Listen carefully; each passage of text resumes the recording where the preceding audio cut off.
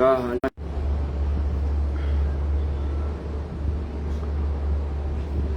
안녕하십니까. 오늘은 4월 27일 월요일입니다. 여기는 베트남 호치민에 있는 사람입니다. 오늘은 25일날 들어오신 분하고 대화를 나눌 건데, 그분 얼굴은 안 나오는 걸로 하겠습니다. 간단하게 인사 한 번만 해주세요. 예, 안녕하세요. 반갑습니다. 예, 그래요. 지금 얼굴은 제 사진으로 돌릴게요.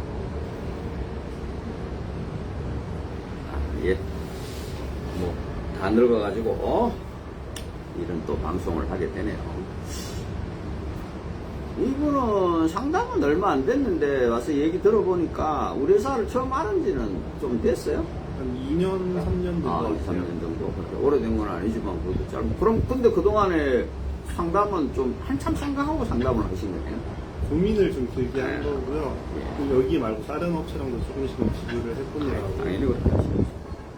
이분은 간단하게 뭐, 하지만은 이제 친척분 중에서도 전에 이제 베트남 결혼을 하신 분이 계십니다. 제가 한 건 제가 시킨 건 아니고 그분은 이제 연애 결혼하셨다고 그러시더라고요. 근데 이게 왜 중요하냐면 어떤 분들은 우리 회사는 올해 이제 고민을 하시고 상담을 하시고 한 10년째 지금 상담만 하고 계신 분도 계세요. 농담이 아니라 얼마 전에 들어오신 분도 한 4, 5년 정도. 근데 이제 본인처럼 한 2, 3년 생각하고 근데 이제 막상 추진을 해가지고는 굉장히 빠르게 진행됐잖아요. 그죠? 네. 네. 그게 좋아요.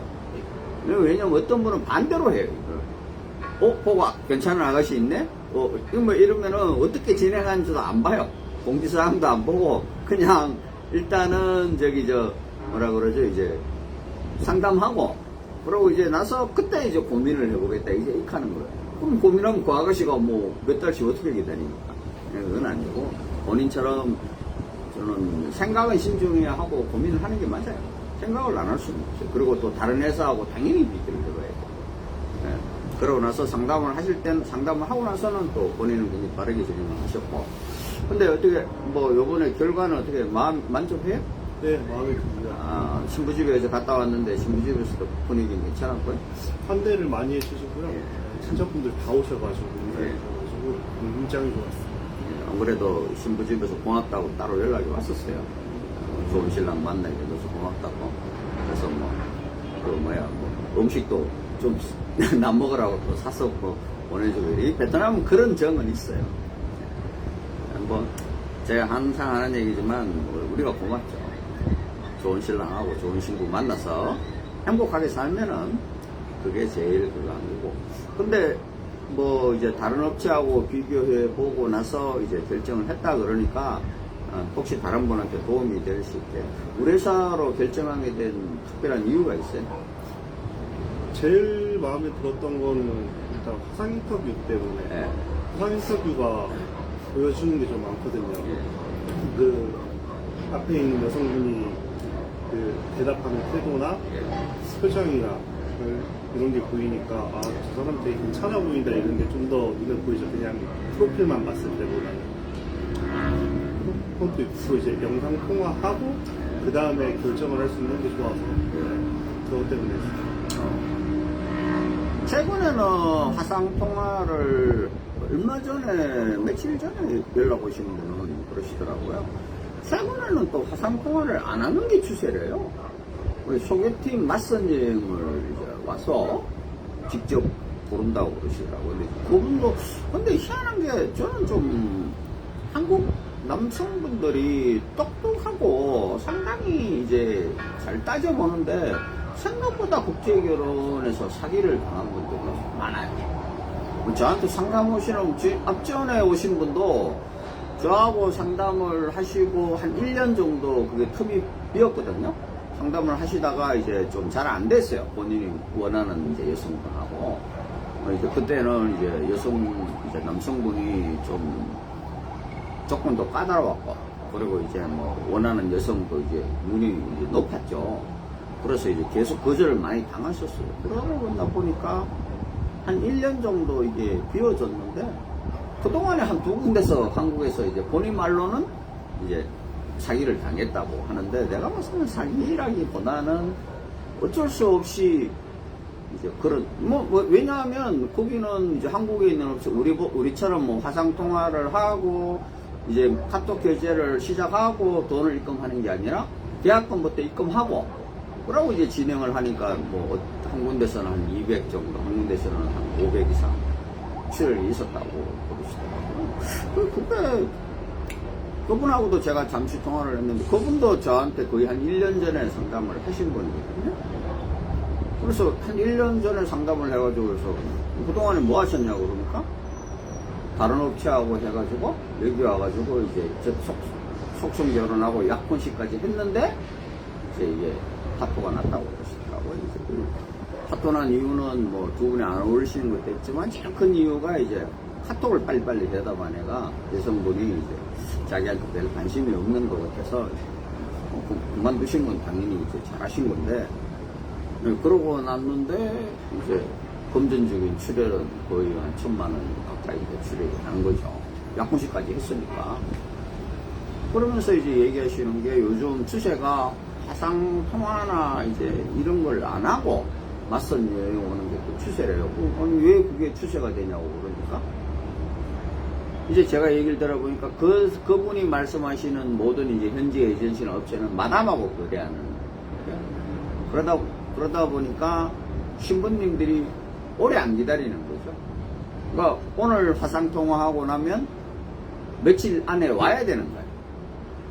며칠 안에 와서 이제 속전속결로 해야 되다 보니까 그건 마담들은 그렇게 할 수가 없어요. 한 사람은 한 회사하고 거래하는 게 아니잖아요. 그게 한국에서 지금 뭐 한 5손가락 안에 들어가는 모든 회사들이 다 그래요. 그러다 보니까 이걸 화상통화를 하고 뭐 그 사람들이 그 마담이 자기하고만 거래하는 게 아니잖아요. 뭐 알아보셨다니까 알겠지만 마담도 똑같아요. 회사도 마담 한 명하고 거래하는 게 아니지만 마담도 회사 하나하고 거래하는. 근데 웃기는 건 뭐냐? 그 마담들끼리 다 연결이 돼 있고. 실제로 오늘 와가지고 만약에 이제 본인이 오늘 와서 아가씨를 고른다 그러면 한 50명을 보면 그게 한 마담이 데리고 있는 게 아니라 한 7, 8명의 마담들이 데리고 있는 게 있다면 호치민에 있는 모든 아가씨를 다 보는 거랑 마찬가지예요. 내가 마음에 안 든다 안 든다 하면 제일 처음에는 이제 자기가 데리고 있던 친구들 보여주고 내가 마음에 안 든다 하면 그 다음에 또 이제 어떤 A라는 마담 또 데려가 보여주고 거기서 또 다 마음에 안 들면 B가 오고 C가 오고 D가 오고 그러면 이제 한 50명 60명 되면 다 본 거예요. 근데 내가 그분한테도 그랬지만 우리 회사는 마담만 그래 안 해요. 뭐 본인도 느끼셨겠지만 거기 뭐 처갓집에 갔을 때 누가 소개시켜준 사람이다 시골 마담도 없어요. 그냥. 왜 그러냐면 마담이 있으면요 소개비가 나가야 돼. 우리도 나가는 거지만 신부집에서도 나가. 근데 그게 이중으로 체크가 안 돼. 내가 그게 제일 큰 내가 그랬거든요. 예전에 마담하고 그래 할 때 내가 다 주겠다 소개비를. 신부집에서 준다 하는 거 내가 다 줄 테니까 그럼 더 많이 줄 테니까 해라 그래도 내가 예약하고 내한테 받고 신부집에 가서는 또 받는 거예요. 여기가 이제 화원 문화라고 해서 그런 문화가 있는데 그러다 보니까 이거를 잡아내기가 진짜 힘들어요. 그래서 초창기에 한 1년 정도까지는 매번 신부집에 가면 그 얘기부터 하는 거예요. 절대로 마담 소개하는 사람이 있어도 어떤 사람은 마담이 뭐 여기 마담이라고 써있는 줄 알고 그게 아니잖아요. 사람 소개하면 그게 이제 우리가 듣기 좋은 말로 마담이라고 부르고 뭐 듣기 나쁜 말로는 브로커라고 부르고 이제 이러는 거예요. 어떤 분들은 요즘 이제 유튜브를 이렇게 보면 국제결혼을 이제 그 뭐라 그러죠? 이제 업체가 자기 말로는 업체가 아니고 자기가 국제결혼을 하다가 이렇게 돌아다녀 보니까 너무 불합리한 게 많아가지고 자기는 뭐 돈을 안 받고 이제 신랑들을 모집해가지고 소개를 시키고 이런 사람이 있어요. 유튜브에도. 그럼 내가 그러죠. 그게 업체라고. 내가 무슨 저도 말하면 저는 이제 뭐가 불법 이제 보통 한국에서 말하는 이제 뭐가 불법 등록 업체잖아요. 제가 업체듯이 한 사람 하는 거는 개인적인 소개를 할 수 있어요. 뭐 본인 친척분이 이제 결혼하셨지만 그 여성분한테 소개를 해봤을 거 아니에요. 네, 해봤죠. 뭐라 그래요? 부담스럽다고. 네. 네. 그게 정상적인 신부들이에요. 아무도 그래도 친척이니까 굉장히 가까울 거 아니에요. 그 신랑분하고는. 네. 그렇죠. 결혼식 때도 왔다고 내가 들었는 걸로 알고 있고. 네. 그래도요, 소개 안 해요. 제가 자매 둘, 이모까지 한 집에서 3사람 결혼시킨 게 있거든요. 그게 제일 큰 언니가 우리 회사를 통해서 결혼을 했어. 어떠한 방식으로 하고 어떻게 하고 하는지를 장모님하고 너무 잘 아니까. 그래서 언니가 이제 결혼하고 난 다음에 한국에 이제 들어가서 살고 부모님들이 한국에 나가서 살아보고, 그러고 나서 막내 동생이거든요. 막내 동생이 훨씬 이뻤어요. 막내 동생을 소개를 부탁했어. 근데 내가 그때도 그랬죠. 아니 왜요? 언니가 한국에 있고 형부가 있는데, 언니도 미인이었어요.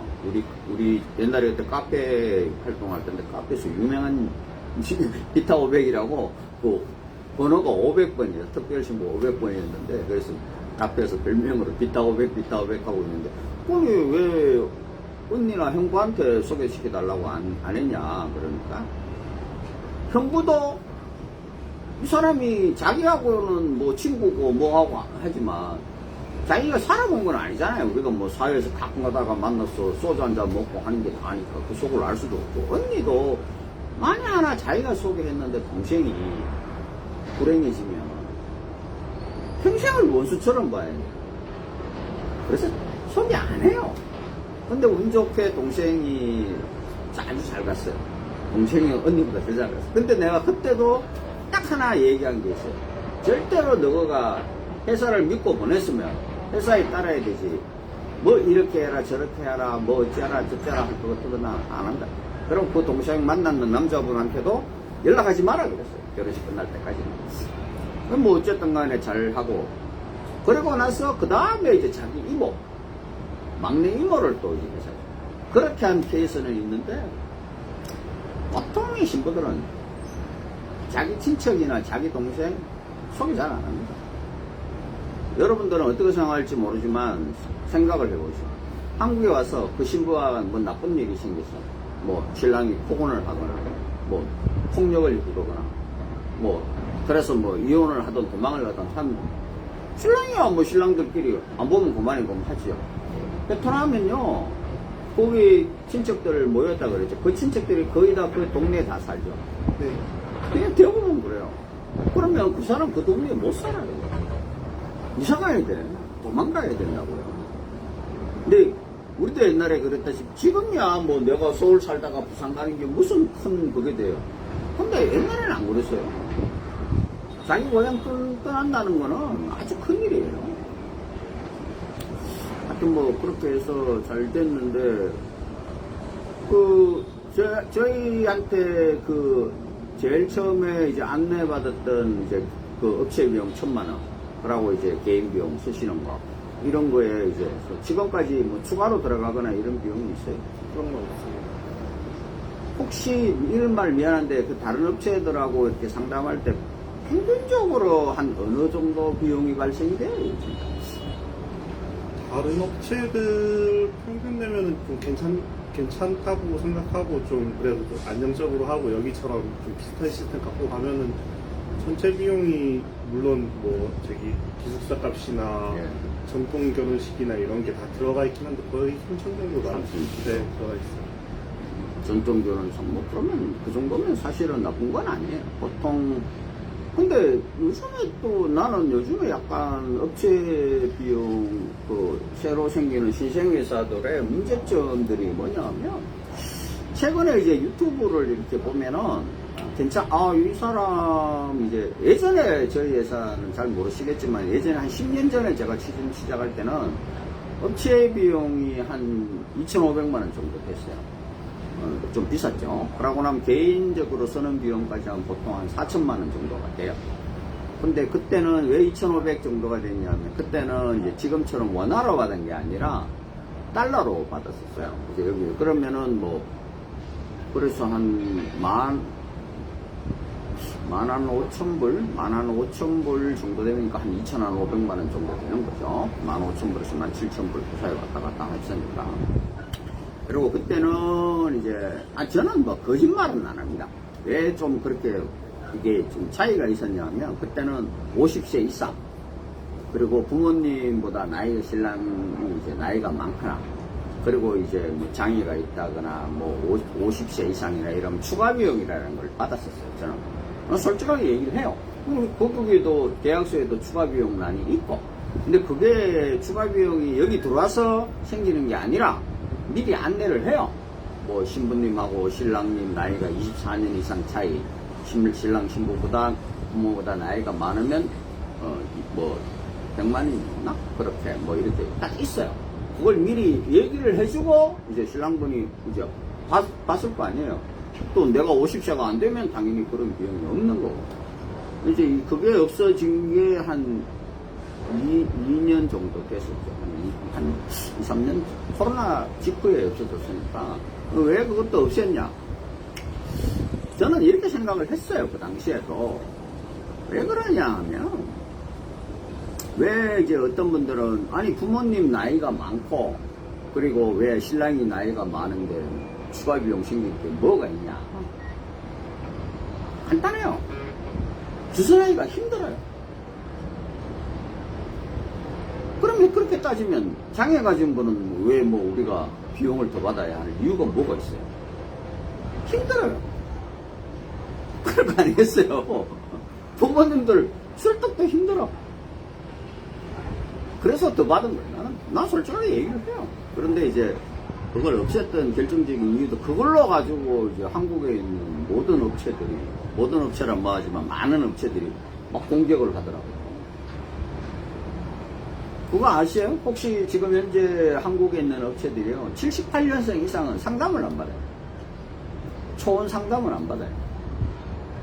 그럼 그런 업체 있었어요. 네, 만 48세잖아요. 78년생이니까, 그죠? 쉽게 말하면 재혼자, 자기 본인이 초혼이라도 재혼자 애가 있든지 없든지는 모르겠지만 재혼자 상담은 해주는데 상담을 해도 특이하게 뭐라고 정리하면 놀라고요. 진행을 하다가 두 사람이 잘못돼도 회사에다가는 일절 책임을 묻지 않는다는 내용이 있어요. 그건 왜 그래요? 힘드니까 그렇게 하는 거 아니에요? 실제로 한국에서 국제결혼을 해서 가면요, 우리 회사 같은 경우에는 농담이 아니라 한국에 나가서는 열로 따지면 1명, 100명으로 따지면 한 6, 7명 정도가 이제 보통 신랑분들이 말하는 사건, 사고라는 게 생겨요. 굉장히 낮은 수치입니다. 보통의 회사들은 30에서 40% 정도를 사고가 생겨요. 근데 왜 그게 이제 잘 드러나지 않냐? 제일 첫째 번으로 이제 취시하는 경향도 있고, 두 번째는 이제 그런 것들이 만약에 이제 지금 여기 호치민 베트남 국제결혼에서 제일 잘한다는 이제 한국의 나름 업체가 있어요. 유튜브로도 유명해요. 그 회사 사장은 저하고는 한 20년 동안 잘 압니다. 초창기에 저하고 이제 이 업을 하면서 이제 아는 사람이니까. 30% 이상이 파혼이에요. 결혼을 하고 파혼을. 며칠 전에 하셨던 그분도 그 회사를 통해서. 왜 이제 이런 문제들이 생기냐 하면, 마담 때문에 그래요. 내가 그 친구한테도 그런 얘기 했어요. 야, 왜 마담하고 거래를 하냐? 네가 직접 신부를 모집하면 되고, 그 정도 되는 이제 신부들 숫자 꽤 많거든요. 근데 왜 그렇게 하냐면, 지금은 마담하고 거래를 안 하면 큰일 나요. 칼 들고 와요, 진짜. 내가 마담하고 딱 손을 끊을 수 있었던 게, 내가 한 10년 전이었으니까, 그때 이제 좀 변화가 있어가지고, 예전에는 내가 한 달에 한 15명에서 20명을 이제 업체를 통해서 내가 현지 에이전시잖아요. 했죠. 그러다가 이게 이제, 내가 15명, 20명을 계속 했으면, 나도 아마 계속 에이전시를 했을 거예요. 근데 이게 이제 그때 당시에 그 이제 한국어 시험이라는 이제 변수가 생겨버리니까요. 예전에는 그 신랑들한테는 기숙사 교육비라는 게 없었어요. 그냥 업체 비용이 다 포함이 돼요. 왜냐하면 신부들이 기껏 기숙사에 있어봐야 길어야 한 달이고 2달이면 끝나거든요. 그럼 신부가 입국을 해요. 근데 한국어 시험이 생기니까 이제 교육을 내야 돼. 그러고 나서 이제 교육기숙사비라는 거. 그때 처음에는 또요, 신랑들한테 그걸 이제 현재 그 한국에 있는 업체들이 교육기숙사비를 못 받게 했어요. 근데 그게 한두 달이면 뭐 어떻게 뭐 꿀에 나왔나. 그냥 5, 6개월을 신부들을 또 공부를 시켜야 되잖아요. 안 되는 거예요. 그래서 나는 교육비수사비를 그럼 사장님들이 주세요. 우리 사장님들한테 받으면 아무래도 이제 저렴하겠죠. 그건 어쩔 수 없는 거잖아요. 인간 뭐 모든 일이 그러니까. 그럼 사장님들은 못 내겠다. 무슨 소리냐. 내하고 계약이라는 걸 했는데 그대로 하자. 그럼 난 신랑들한테 받겠다. 그럼 이제 신랑들한테 내라 그러면 안 낼 신랑은 없어요. 왜냐면 신부가 또 거기 있는 걸 알고, 그리고 이제 그래 되면 문제가 뭐냐. 그냥 신랑들한테 그냥 받기는 안 되잖아요. 그럼 내가 여기 한국에 있는 사장하고 얼마를 받기로 하고 이렇게 되고 이렇게 딱 하면 신랑들도 씨발 그러면 돈은 다 한국에 있는 사장이 다 먹네 이런 생각이 들 수밖에 없는 구조잖아요. 근데 그것도 못하게. 그래서 내가 아이 그럼 나는 안 할랍니다. 왜냐면 계약이라는 걸 했으니까 계약서에 있는데 이걸 갑자기 뭐 내가 받고 싶습니다 한다고 받을 수는 없는 거잖아요. 뭐 그 사람들하고 그러니까 나는 계약서라는 것보다 내가 이제 말을 뱉어놓은 게 있기 때문에 그러면 사장님 저는 여기 신부까지만 들어와 있는 신부들까지만 내가 해드리고 다 나가고 나서 우리 그냥 하지 맙시다. 그러니까 다음부터는 신랑들 다른 데로 보내십시오. 그렇게 얘기했죠. 그러고 나니까 이제 내가 할 일이 없잖아요. 그 한 6개월 이제 그 신부들이 마지막 나갈 때까지 한 6개월 걸렸거든요. 6개월 동안 안 했어요. 일 안 하고 나는 이제 일 때려치우고 이제 다른 뭐 장사를 아까 호텔을 하나 인수해 볼까 이제 그거 하러 다니죠. 그러다가 이제 우리 와이프하고 이제 진지하게 얘기를 해봤는데 우리 와이프가 나한테 그런 말을 하더라고요. 왜 결혼을 하는데 회사에서 이렇게 해라 저렇게 해라 뭐 어째라 뭐 좀 이런 말하면 미안하지만 첫날 밤까지도 회사에서 관여하는다고 했어요. 첫날 밤을 치렀냐 안 치렀냐를 그 다음날 아침에 사장이 확인을 해요. 신랑한테도 묻고 신부한테도 묻고 그리고 어떤 좀 유명한 회사인데 첫날 밤 치렀다는 그 확약서도 받아요. 확인서도 받아요. 그럼 나중에 내가 신부한테 물어봐요. 물어보면 안 했어요. 근데 신랑이 했다고 하는 거예요. 왜냐하면 신부들은 보는 신부한테도 그런 거 물어보신 적이 있어요. 오늘 와서 내일 결혼하고 그 다음날 자는 거를요 신을 떨며 싫어합니다. 그거 좋아할 신부 있습니까? 저도 그거는 내키지 않아서 사장님 회사를 못하는데 제가 어제 그 저한테 상담하신 분한테 그 얘기를 물었어요. 약혼식이래요. 아니 근데 약혼식을 했으면 약혼식은 좋다 이거야. 그럼 끝나야지 왜 호텔로 가서 왜 잠을 자냐고. 그러니까 본인도 신부가 이제 거부해가지고 그게 결정적인 이유예요. 첫날 밤 거부해서 그거 때문에 이제 신랑이 마음에 이제 안 들기 시작한 거고 거기서부터 시작된 이제 모든 게 있는데 근데 그런 얘기 했어요. 아니 그거를 예약하고 첫날 밤 가가지고 첫밤 모르는 남자 아니에요. 모르는 남자하고 첫날 밤을 치르면 그게 정상적입니까? 내가 물어봤어요 답으로. 그럼 자기도 아니 그거는 비정상적이죠 이렇게 얘기를 해요. 그럼 비정상적인 걸 왜 해요? 단 하나 이유예요. 빨리 돈 받으려고 하는 거예요.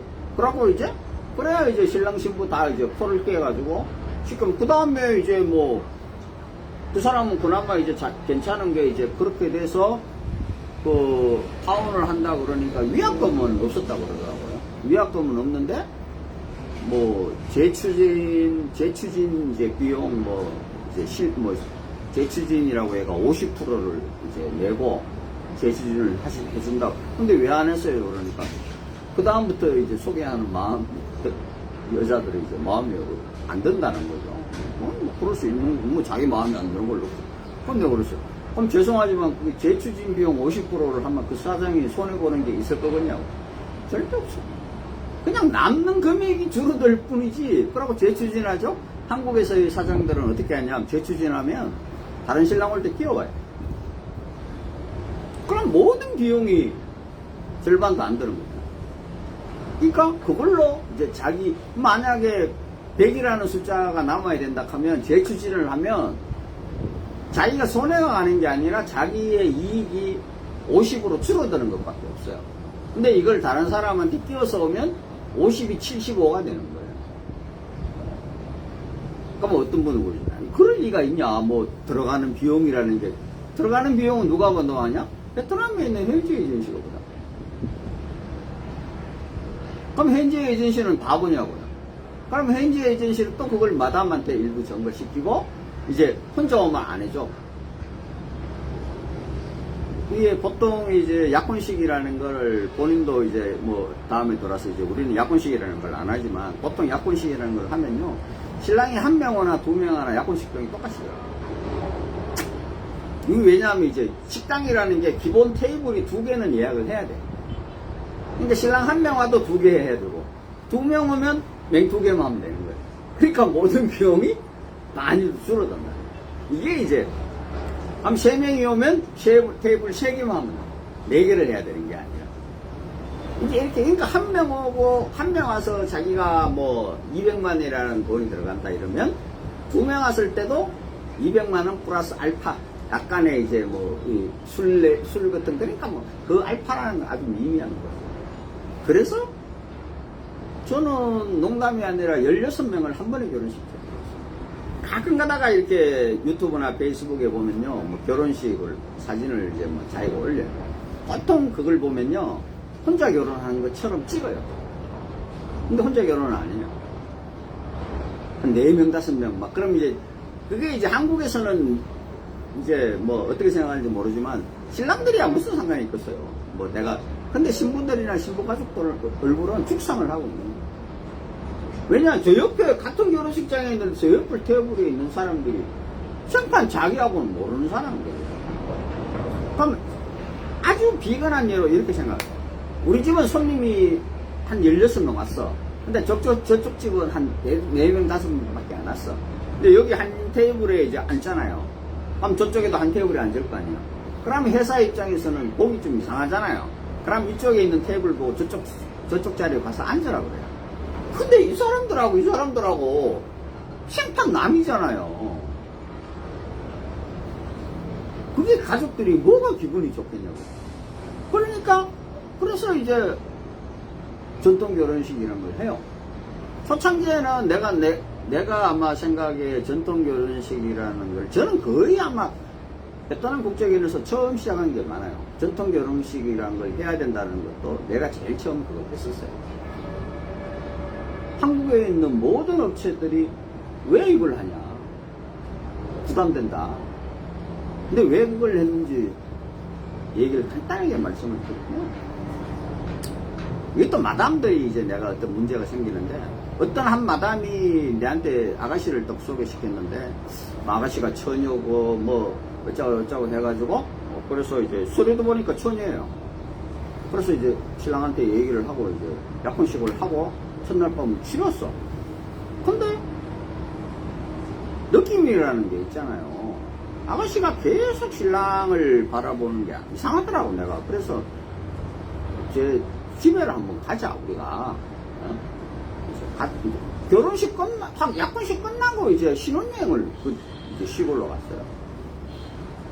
갔는데 이제 통역하고 이제 신랑하고 들어가가지고 뭐 얘기하고 뭐 이러는데, 그 집이 이제 이렇게 동네에서 조그마한 장사를 해요. 내가 이렇게 바깥에 앉아서 이제 뭐 커피만 한 잔 마시고 있는데, 그 옆에 손님이 쑥쑥 내는 거야. 나는 이제 베트남 말을 하니까 가만히 들어보니까, 아니 쟤는 얼마 전에도 집에서 결혼식 하더니만 또 신랑이 다른 사람이, 신랑이 저번에 그 남자가 아닌데 이런 얘기가 들리는 거예요. 그래서 이제 들어가서 물어봤죠, 신부한테. 그거 아니나 달라? 다른 남자하고 결혼식을 한 거예요, 그것도 이제 집에서. 근데 그 얘기를 마담한테 했어요. 근데 마담 놈이 그 얘기를 안 한 거예요. 그래. 할 필요가 없는 거죠. 지는 빨리 팔아먹어야 되니까. 그래서 그 다음, 그것도 얼마나 웃겼냐면요. 그 집이나 그 식구들이, 그러니까 보통의 베트남 사람들은 그런 이제 사태를 모르고 그 신부가 전에 남자하고 결혼한 사진을 버젓이 방에 걸어놓은 거야. 그러니까 뭐 어떻게 이거를 하고 뭐 이런, 야, 자기들이 이걸 아기를 가지고 뭐 그렇게 한 건 아니야. 그래가 그때부터 내가 전통결혼식 생각을 해봐요. 전통결혼식을 했어. 근데 몇 달 있다가 또 전통결혼식을 해. 그러면 동네에서 우리도 뭐 쟤는 말이 안 되잖아요. 그리고 또 부조를 또 내야 되잖아요. 그러니까 이게 그래서 이게 전통결혼식이라는 게 이래서 필요한 부분이 있다 싶어서 이제 한 거예요.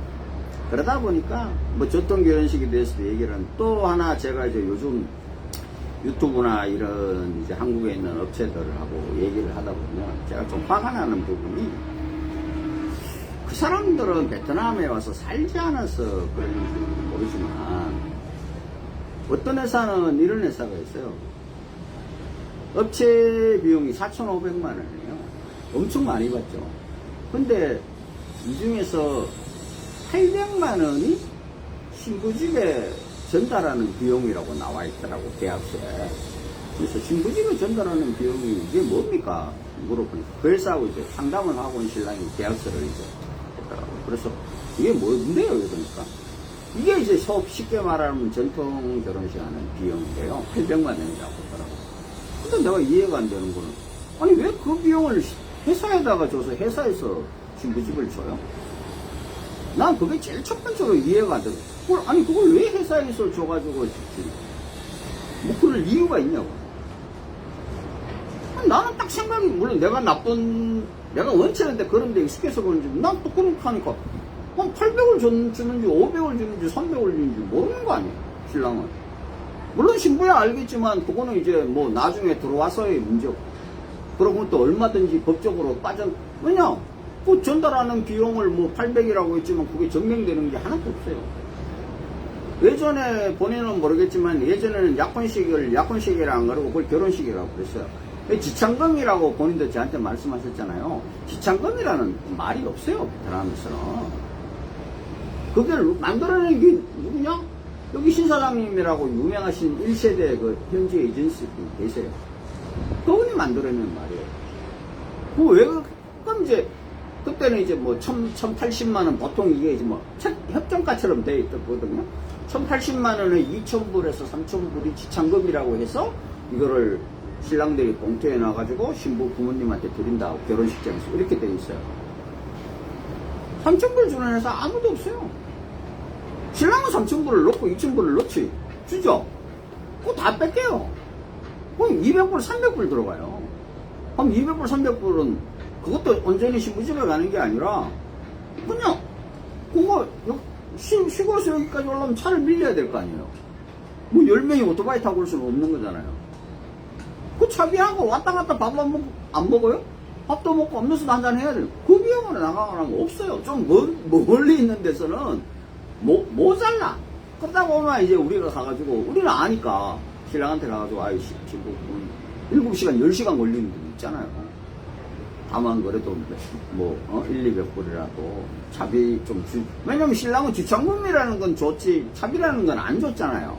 그러니까 이 말이 먹혀. 신부들 한국에 들어가가지고 난리가 나요. 회사에서는 그러죠. 야, 네가 직접 봉투에 붙여가 줬고 또 그걸 사진을 찍어요. 그건 정부 자료잖아요. 네가 정부 줬는데 그럼 이제 신부가 와가지고 뭐 마담이 뺏어가고 어쩌고 하면 한국에 있는 사장은 막 지가 더 이제 알아요. 그게 뺏어가는 게 아니라 그게 쉽게 말하면 한국에 있는 사장하고 베트남에 있는 에이전시하고 만약에 뭐 4,000불이라는 걸 수수료를 책정을 하면 그게 수수료의 일부가 되는 거예요. 그 나머지만 내는 거예요. 그러니까 한국에 있는 사장이 실제로 뭐 어떤 사장은 유튜브에 나와서 뻔뻔스럽고 뭐 300에서 500만 원 정도의 수익이 된 개 엿먹는 소리 하지 마시라고. 300에서 500 받고 아무도 이짓 안 합니다. 최소 700 이상 남아요. 심하게 많이 남는 애들은 1500도 남아요. 그 4500씩 받는 애들은 1500이 뭐예요? 내가 봐서는 거의 한 3000만 원 이상 남아요. 그런 걸 봐서 그러지 나는 이해가 안 되는 게 아니 왜 그거를 신부집에 직접 신랑이 주면 되잖아요. 800을 줬던 뭐 500을 줬던 근데 그거를 회사에 줘서 아니 웃기잖아요. 여기 주면 될 거를 왜 그게 브로커가 하는 거잖아요. 그러면 받았어.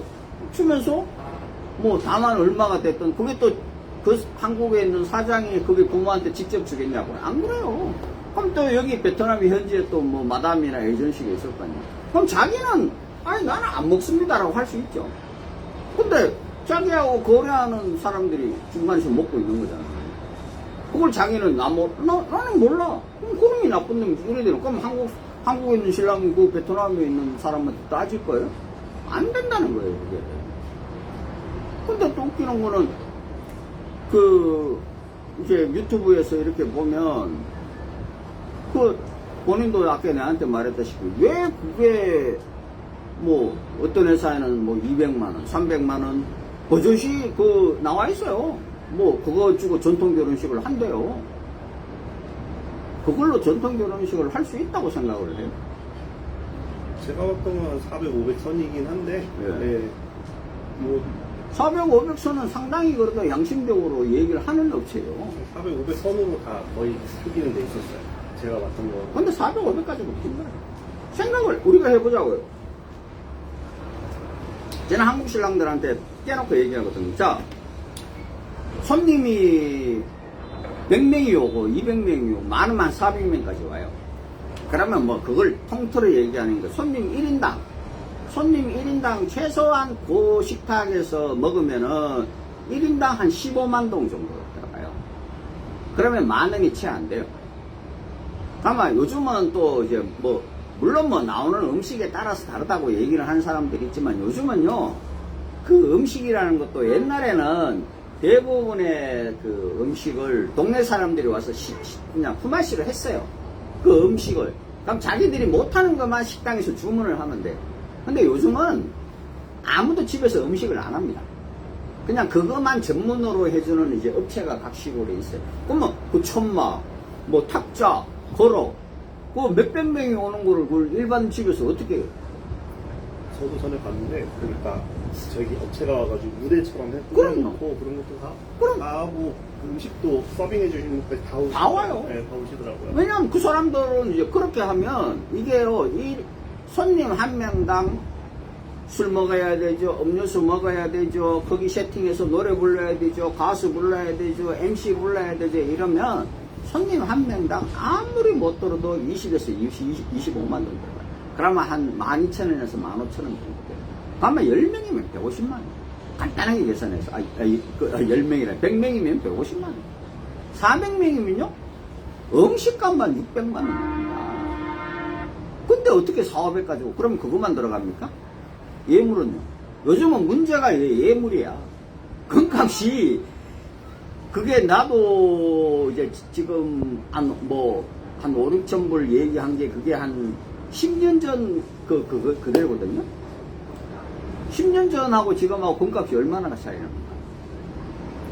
말도 안 되겠어요. 말도 안 되게 차이가 나죠. 한 3배, 4배 올랐죠. 네, 그 정도로. 자, 예전에는 뭐 보통 한 150만원에서 200만원이면 그냥 거기 이제 그게 세트가 있어요. 웨딩 세트라고 해가지고 그걸로도 처음에 이제 이 업체를 하시는 분들은 그걸로 당황할 수가 있는데 저도 처음에 그랬으니까. 어떤 신랑이 베트남에서 웨딩 세트 이제 싸서 내려갔는데 그게 이제 가짜금이라는 얘기가 나왔어요. 왜냐면 그걸 어떻게 이렇게 잘못 짚었는데 그게 팔찌인가가 깨졌대요. 그래서 그게 말이 돼? 저기 물어보니까 나중에 이제 그걸 알아보니까 그게 자체가 내보고 그러더라고요. 한국에 우리 회원들 중에 이제 금은방 하는 사람도 있을 거 아니에요. 사장님, 그게 고액물이 들어가는 건 어쩔 수 없다. 왜냐하면 그게 전체가 금이라고 그러면 금값만 해도 1,200이 넘어간다. 예? 목걸이 하나에 아마 700~800씩 나올 거다. 목걸이가 이렇게 두껍잖아요. 그러니까 이게 안에 이제 그 플라스틱을 틀을 넣어가지고 바깥에를 이제 금박이나 이제 금으로 이렇게 입혀가지고 그 모형을 짠다 그러더라고요. 그렇게 해서 그 당시에 그게 뭐 싼 거는 뭐 한 2천만 동, 비싼 거는 한 5천만 동 이랬었어요. 이 뭐 금순도나 또 뭐 이게 팔찌 같은 거는 하나를 하냐, 두 개를 하냐. 이게 어쨌든 간에 목걸이 하나, 팔찌, 그 다음에 그 귀걸이, 반지, 이게 세트거든요. 조금 더 아는 애들은 이제 발걸이까지 이제 하더라고요. 근데 지금 그게 한 서너 배 올랐잖아요. 그럼 서너 배면 아무리 지금 못 잡아도 아마 한 300 이상 들어갈 거예요. 그러면 그거 한 300. 음식값 한 300. 그럼 600이야. 그리고 이제 본인이 말씀하시는 그 지참금. 그 지참금 아니에요. 그냥 회사상에 올리는, 이제 재단에 올리는 거예요. 지참금이라는 말도 없어요. 그리고 지참금을, 그러면 이제 그걸 뭐, $1000를 주든 뭐, 하면, 그거 한 150 잡으면, 그것만 해도 750이에요. 그렇죠? 또 신부집에서 나가는 거는 신부 이제 뭐 웨딩 드레스나 뭐 또 옷도 입어야 되죠. 와서 메이크업 해야 되죠. 예? 또 뭐 그 손님들이 이제 오면 이제 또 선물도 좀 또 준비를 하거든요. 택도 안 되는 거예요. 그러니까 그게 뭐냐면 나는 참 그게 화가 나는 게 자기 딸이면 그렇게 결혼시키겠냐고요. 그러니까 차라리 내가 신랑이 뭐 상황이 그렇게밖에 안 돼서 나는 신부하고 얘기를 해서 뭐 이 정도밖에 줄 수 없는, 그럼 나 우리는 그래요. 신부한테 얘기를 하시고 설득이 잘 안 되는 건 회사에서 도와주죠. 근데 그거를 중간에 회사에서 당신이 얼마 주라 이럴 이유도 없는 거예요. 그리고 이제 가다 보면 이제 재혼하시는 분은 또 결혼식을 안 해요. 아까도 말했다시피 아니 재혼을 해가 얼마 전에 결혼식을 했는데, 신부집에서 결혼식을 했는데 또 같은 애가 또 결혼식 한다고 동네에서 부조 얻어 그 축의금 받으면요 동네 욕도 먹어요. 똑같이 동네에서 손가락질 받는다고요. 쟤는 뭐 이혼한 게 자랑이야, 부끄러운 것도 없어, 이래 되는 거예요. 그래서 이게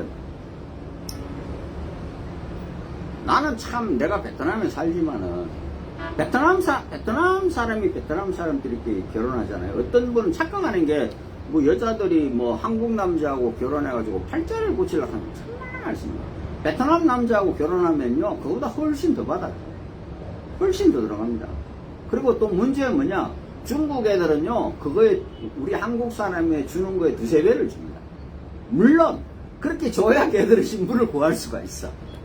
이제 그런 문제는 있어 분명히. 그렇지만 현실적으로 2~3배를 주고 시골에서 신부들을 데리고 가요. 그래서 중국 결혼하는 신부들도 굉장히 많아요. 그래서 본인한테도 말씀을 아까 드렸지만 500을 주시든 뭐 600을 주시든 그거는 본인이 결정하실 문제지, 왜 그러냐 하면 뭐 회사라는 거는요, 어떤 분은 그런 얘기를, 아니 그러면 회사가 하는 일이 뭐이냐 그런 얘기를 저한테 하시는 분이 계세요. 생각보다. 그럼 저하고 그러고 아가씨 소개시켜드리지 않냐. 결혼에서 제일 중요한 게 아가씨 소개시키는 거예요. 서류는 어차피 부수적인 거고 그에 대한 또 돈은 또 내가 안 받냐? 받아요. 물론 그게 다 포함이 되어 있죠. 뭐 동생분이 따로 연애 결혼하셨다고 그러지만 서류만 여기에 베트남 애들한테 서류만 저기 부탁해도요 최하 200에서 300이에요. 300 정도 썼다고 네. 했어요. 네. 최하 200에서 300 들어요. 300 정도. 예. 그러면 그거 뭐 저는 지금도 200 받아요. 서류. 왜냐? 서류만 하는 사람들이 대부분 좀 힘든 사람들이에요. 그래서 또 뭐 내가 책임질 일이 있는 게 아니잖아요. 그래서 저는, 그렇죠? 그럼 뭐 서류만 하고 뭐 어쩌고 저쩌고 해도 그러면 내가 소개만 해주는, 어떤 분은 저한테 제가 카톡 교제하고 소개해주는데 소개료 500입니다. 그러면 저한테 도둑놈이 사기꾼에 막 이런 얘기를 해요. 그럼 뭐 카톡 교제 카톡 하나 맺어줬다고 네가 여자 소개 하나 했다고 500을 받냐고. 그 여자가 없어가지고 본인은 40년 50년 동안 결혼을 못 하신 거잖아요. 거기서 여자가, 아니 미안한데 한국의 중소년기가 하는 일이 뭐예요? 한국은 더 없어요. 아가씨 하나 소개시키면 끝이에요. 그래도 적으면 뭐 700에서 많으면 몇 천만 원의 수수료를 챙기는 게 그게 이 업이에요. 근데 그럼 국제결혼하는 데는 뭐 그런 얘기 하면 저한테 아가씨 검정은 뭐 어떻게 하냐. 어떤 분들은 저한테 그래요. 아가씨 집에 가가지고 뭐 어떻게 사는지도 뭐 이렇게 알아보고 물어보고 그렇게 한다는 회사가 있어요. 실제로 베트남에. 그건 제가 그러죠. 죄송하면 첫 번째, 누가 갑니까 그거? 사장이 직접 가요? 사장이 통역 데리고 직접 가요?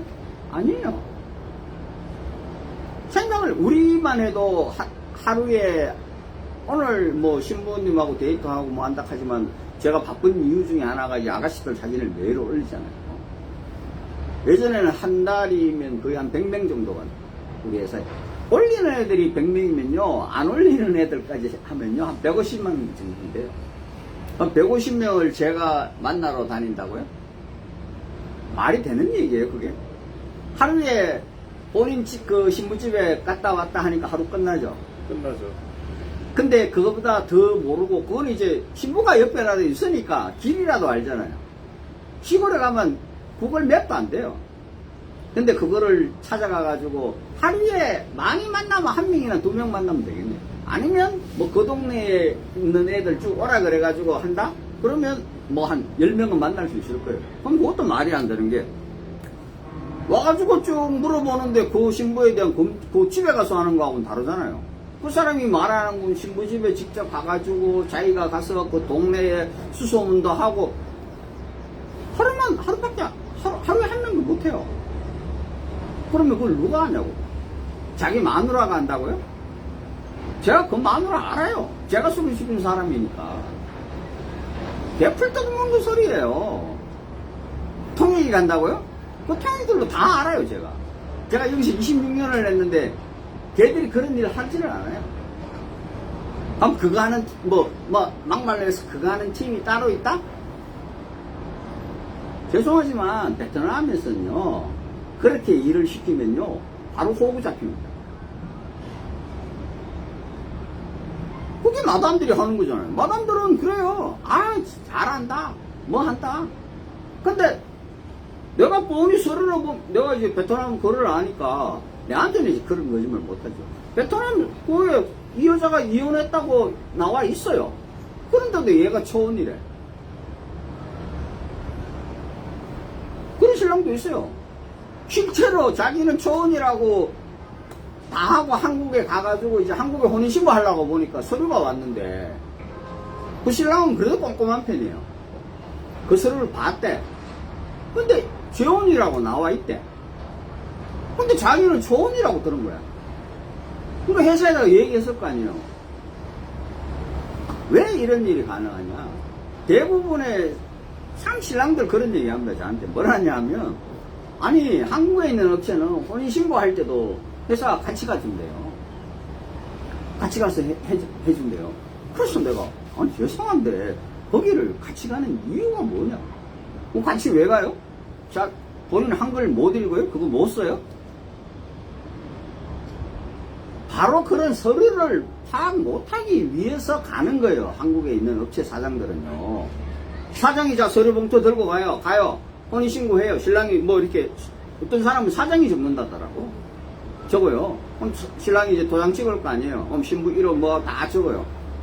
그럼 신랑이, 여기 제출하세요. 그럼 제출하는 게 끝이에요.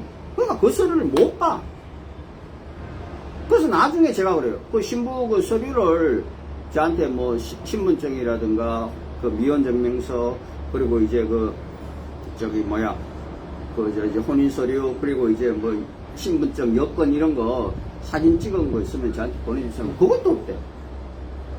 아니, 신부 서류를 받으면 사진이라도 찍어놔야 될 거 아니에요. 아니, 그걸 사장이 가가지고 사장이 그냥 바쁘게 뭐 한다고 그냥 자기는 안 찍었대. 참 신랑들 보면요, 머리숙한 사람이지. 나는 도대체 그래놓고 저거 그래요. 서류를 맡기는 사람도 그래요. 저한테 가끔가다 서류를 맡기면, 왜 내가 당신한테 돈을 주고 서류를 맡겼는데 신부가 서류하러 시골에 가고 뭐 하냐고 그래요. 아니, 당연하지. 그러면 결혼 서류를 본인이 가야 띄지. 그걸 누가 띄주냐고요. 우리는 신부한테 이렇게 저렇게 해라고 얘기만 하지, 본인 그 주민등록 등본이나 뭐 여권 그걸 내가 가서 띌 수 있어요? 못 뛰죠. 못 돼요. 본인 혼인신고를 본인이 안 가고 업체 사장만 가가지고 할 수 있어요? 못 해요. 그러니까 그게 똑같은 거예요, 베트남도. 그래서 그러면 회사가 하는 일이 뭐냐고 자꾸 물어. 아니, 그걸 도와주고 안내해 주는 게 회사가 하는 일이에요. 왜냐? 신부가 여기 왔는데 처음에 본인도 마찬가지지만 내가 여기 왔는데 서류를 처음에 어디서부터 어디로 가서 해야 되는 줄 모르잖아요. 어떤 분은 신부 부모님 초청을 하는데 저희들한테 서류를 맡기고 그래요. 그럼 이제 신부 부모님한테 우리가 연락해서 이런저런 서류를 떼어서 이제 번역을 해서 공정을 다 받아가지고 이제 끝나면 이제 올라오시라고 하거든요. 그래가지고 뭐 150불, 200불 이렇게 받는데 막 그래요. 어떤 분은 아니 이걸 베트남 애들한테 시키면 뭐 100만 동에도 하고 50만 동에도 하고 막 그런데요. 그래서 내가 사장님 50만 동에 하는 건요 그냥 영사관 옆에 가면 내가 이 26년을 그 50만 동 하는 애들은 그 서류 적어주는 애들 부모들이 그 뭐 사정심사 자료니 뭔지 잘 모르고 또 안 보이잖아요. 그 글씨 쪼만해 가지고 안 보여요. 그거 적어주는 애들이 그거 대피라고 그것도 한 30분 걸릴걸요? 그러고 50만 동 받아가는 거예요. 나머지는 서류 처음부터 끝까지 이거 공정하세요, 이거 준비하세요 하는 애들은 걔들도 똑같이 200불 정도 받아요. 나는 항상 서류비는 베트남 애들하고 똑같이 받아요. 왜냐? 내가 아까도 이제 내가 하는 일이 별로 없어요. 나는 안내만 해주는 거지. 옛날에는 그 결혼 증명서를 받을 때 이제 아주 옛날이죠. 한 십몇 년 전에는 신부들이 가면요 무조건 택자예요. 안 해줘요. 뭐가 잘못됐다는 소리도 안 해줘. 그럼 제가 그러죠. 전화해가지고 그럼 신부한테 이제 50만 동, 100만 동 서류 밑에 끼워가지고 있어요. 그럼 똑같은 서류인데도 오케이. 그때는 내가 뭔가 이제 하는 게 있죠. 그때는 그래서 서류하는 것도 차이가 많았어요. 베트남 애들이. 그리고 예전에는 이제 결혼할 때 오면은 이제 신랑들이 인터뷰라는 걸 해요. 인터뷰를 베트남 말로 물어요. 그럼 이제 그거를 이제 시험지를 우리가 미리 이제 빼내요. 한 20개의 문장을 이제 얘기를 해요. 그럼 신랑들은 한국말로 대답을 해도 돼. 듣는 건 베트남 말로 하고. 그럼 이제 통역이. 그러면 또 웃기는 게 뭐냐. 그 통역이 신랑 말을 잘 못 알아들어. 그러면 이제 우리가 아침에 뇌물이라는 걸 주면 통역 그 안에 소트팝에 이제 일하는 이제 그 담당자한테 똑같이 이제 문자를 보내요. 옛날에는 이제 이런 그 스마트폰이 아니잖아요. 이게 문자폰이잖아요. 그러면 이제 신랑 이름, 신부 이름 오잖아요. 그러면 이제 신랑 신부 이제 엮어나고 오면은 얘들이 자꾸 이거 서랍을 닫아다 열어. 그 사장님 왜 그 사람은 서랍을 자꾸 닫아다 열어? 문자를 봐야 될 거 아니에요. 그러니까 보고 그러면 이제 그 면접관이 한 명이 아니라 면접관이 둘, 많은 데는 셋이에요. 그럼 내가 세 명한테 다 약을 치는 건 아니란 말이야. 한 명밖에 안 쳐요. 그래서 이 세 명 중에 이 신랑이 누구 신랑이야 이제 아는 거예요. 그럼 내 신랑이야. 내가 돈 받은 놈 신랑이야. 그러면 이제 통역하고 이제 알잖아요. 그러면 이 사람이 베트남 말로 물어. 근데 신랑이 뭐 똑똑한 신랑이야. 그거 이제 베트남에 왔거나 아니면 오기 얼마 전에 이제 우리가 이제 그때는 이메일로 이제 보내주거든요. 그럼 아는데 또 모르는 신랑은 저 사람이 지금 무슨 말인지도 몰라요. 그럼 내가 그래요. 아무 말이나 대답하라 그래요. 그럼 아무 말이나 뭐 지가 짓거리. 그럼 통역도 이 말을 통역하는 게 아니라 그 답을 이제 이 면접관한테 얘기를 하는 거예요. 그럴 때는 쉽게 말하면은 이제 그 서류 비용이 굉장히 비쌌어요. 왜냐 떨어지면 한 번 더 들어와야 되니까. 근데 지금은 이제 어쨌거나 예전에 뭐 꽤 오래된 일이지만 그 이제 건터에서 유명한 뇌물 사건이 있어가지고 그 이후로 그 이제 소트팝이라고 하는 데가 이제 우리나라로 말하는 사법부인데 건터 이거 어느 이제 지방에서든 소트팝이라는 데서 결혼 서류를 담당을 했는데 그게 그 뇌물 사건 이후로 하나의 이제 그 사법경공안한테 걸려가지고 그 사람이 30년 징역인가 받았어요. 그래가지고 그게 이제 폐지가 됐거든요. 그러고 나서 이제 각 이제 인민위원회에다가 이제 다 내려보는. 그러다 보니까 이제 이게 지금은 그런 게 예전에는요 무조건 뇌물 안 주면 돈 안 주면 일이 안 됐었어요. 근데 지금 그래서 이제 뭐 그런 것도 비용도 좀 싸진 부분도 있지만은 근데 그런 부분들이 나는 유튜브나 요즘 한국에 있는 업체들 보면 아니, 왜 마담들하고 거래하냐고요. 그게 제일 큰 불만. 거기서 예전에는 속전속결로 해서 그 문제가 생기는 비율이 거의 한 90% 정도. 모든 국제결혼의 문제의 90%는 거기서 생겨요. 속전속결로. 두 번째는 뭐냐. 마담하고 한국에 있는 업체든, 한국에, 여기 베트남 현지에 있는 에이전시든, 마담하고 거래를 하기 때문에 생겨요. 그럼 그걸 물어보면 대부분의 한국에 있는 업체들이 대답은 뻔해요. 아이, 자기가 아는 마담은 안 그렇대요. 뭐 10년, 15년 거래했는데 안 그렇대요. 근데 안 그런지 사장님이 어떻게 하죠? 사장님 베트남 말 하시고 그 사람 마담하고 직접 대화를 해보시고 알아보시고 하시는 거예요. 당연히 마담은 안 그렇다 하죠. 저하고 17년 일했는데 당연히 안 그런다고 하죠. 사장님, 자기는 사장님한테는 안 그럽니다. 안 그러긴 뭐 안 그래요. 그게 제일, 아까 말했던 그 회사도 10명이 들어오면 3명, 4명이 퇴출.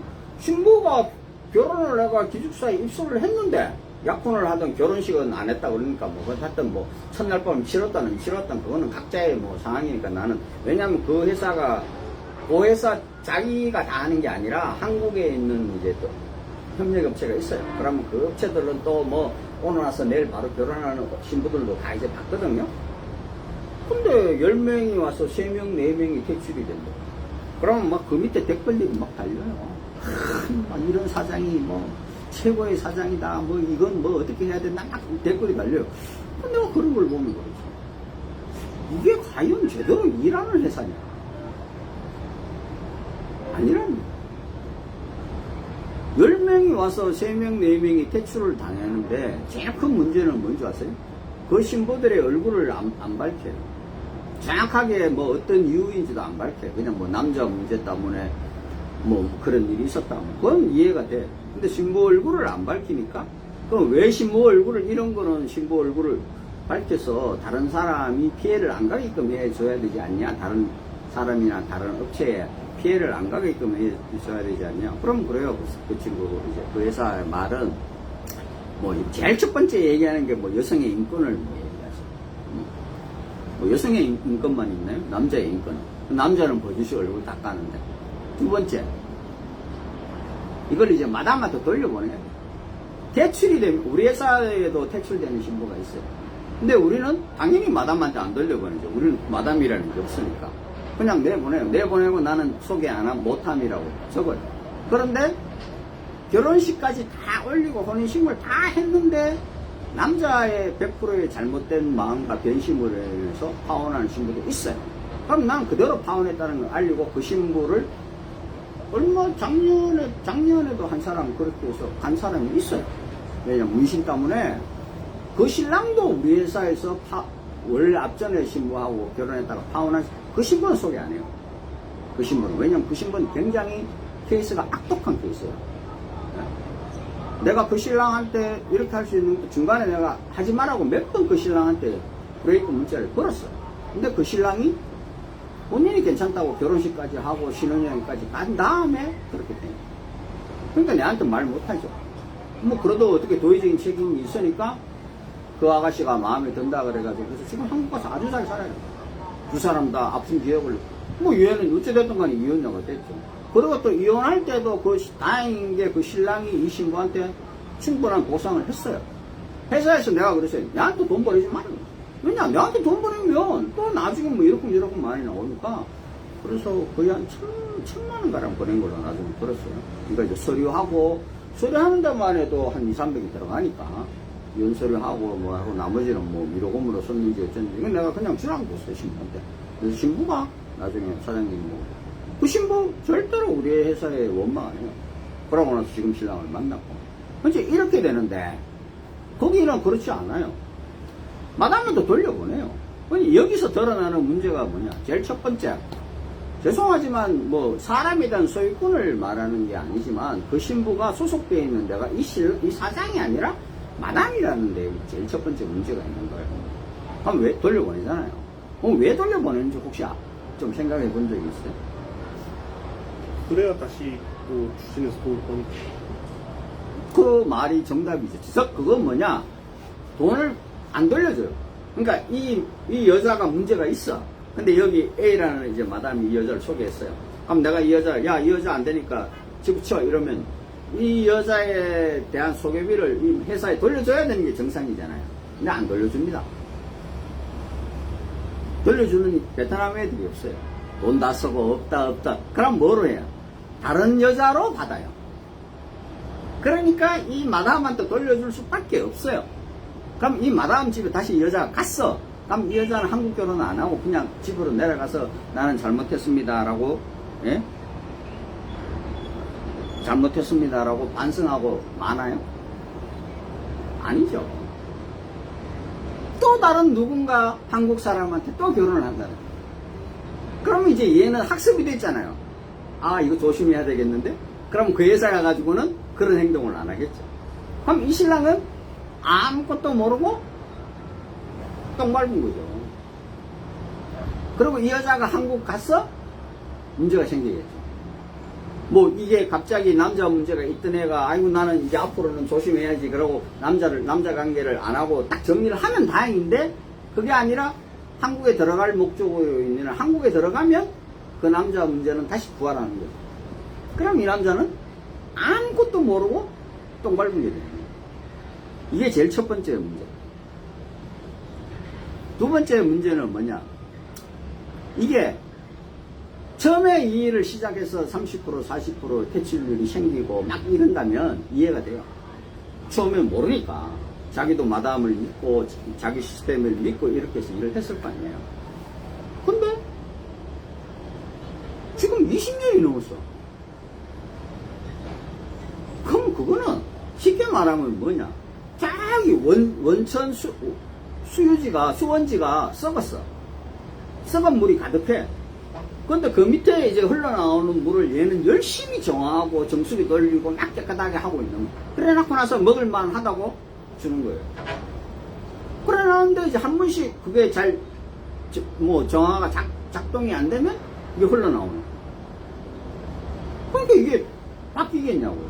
앞으로 10년이 가도 똑같아요. 내가 그 친구를, 그 업체나 그 친구를 뭐라 그러는 게 아니라, 왜 이거를 한국에 있는 업체나 그 신랑들은 생각을 안 해요?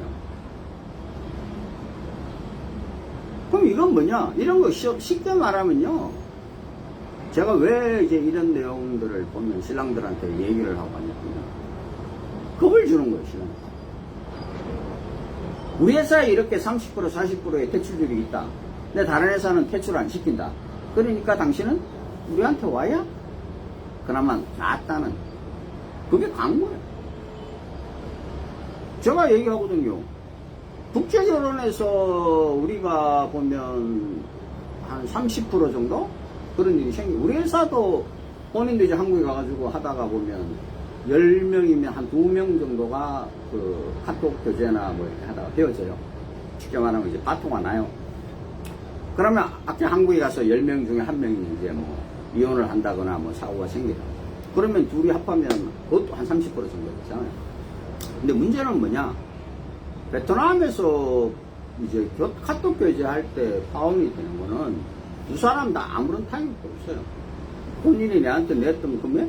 우리는 뭐 재추진해드리니까 뭐 50%를 내세요. 이거 없어요. 업체 금액은 본인이 이제 개인적으로 뭐 쓰는 비용은 당연히 그거는 뭐 어떤 분은 아니 내가 저번에 앞전에 여자한테 뭐 결혼식 비용을 썼으니까 요번 여자한테 못 쓰겠습니다. 이렇게 할 수는 없는 거잖아요. 그거는 뭐 어쩔 수 없지만 업체의 낸 비용은 다 그냥 보존이 돼요. 만약에 뭐 500을 내줬으면 500은 보존이 되고 나머지 500은 내주십니다.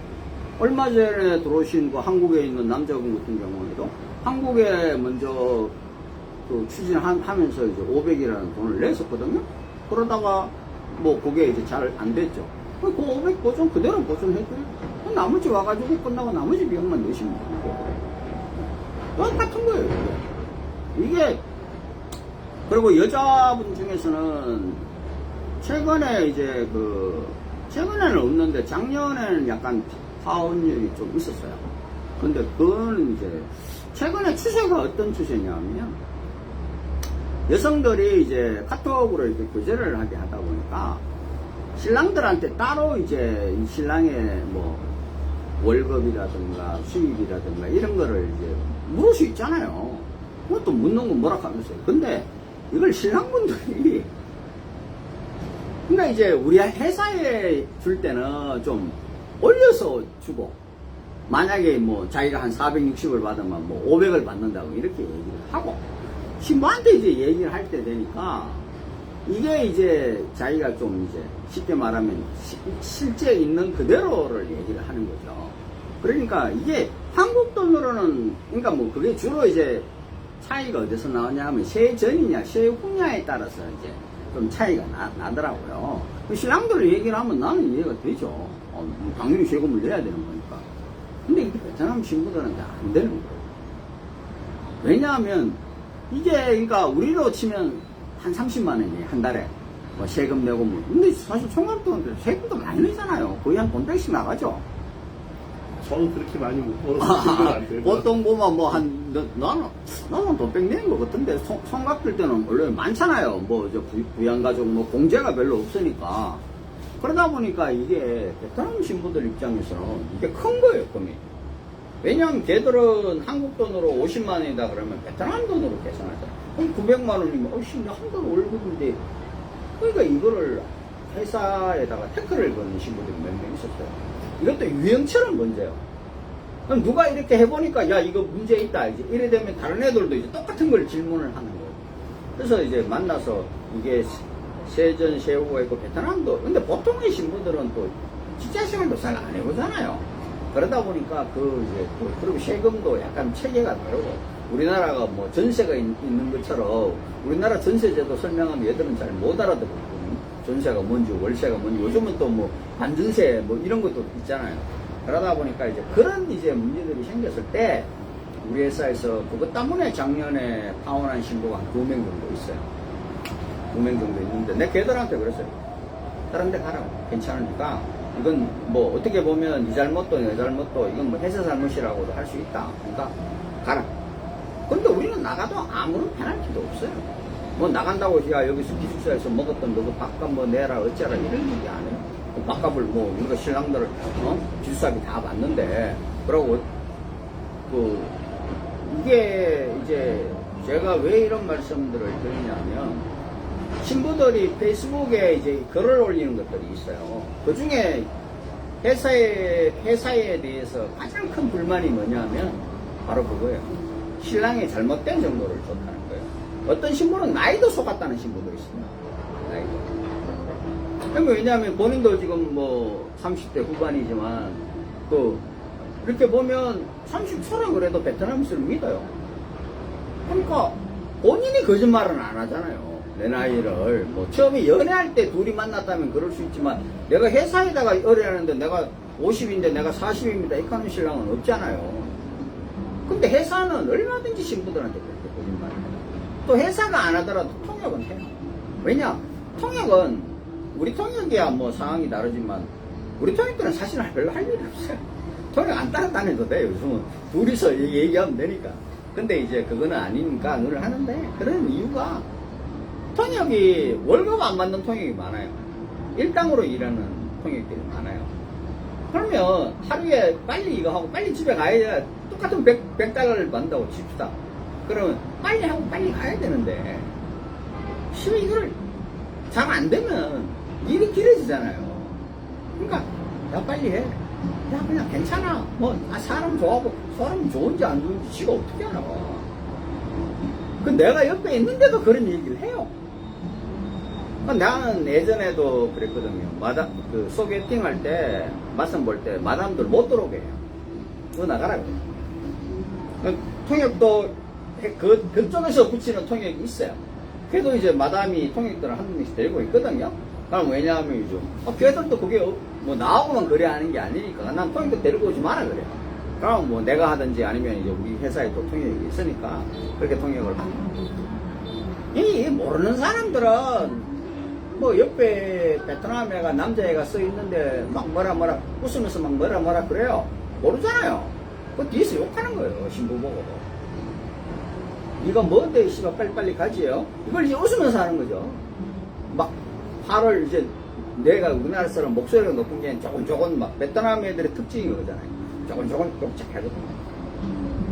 그럼 신부는 이제 뒤에서 이제 막 위축되죠. 그러다 있다가 이제 이게 있거든요. 한 20명 있어요. 예전에 나도 재밌는 일화가 있는데 한 20명 앉았어요.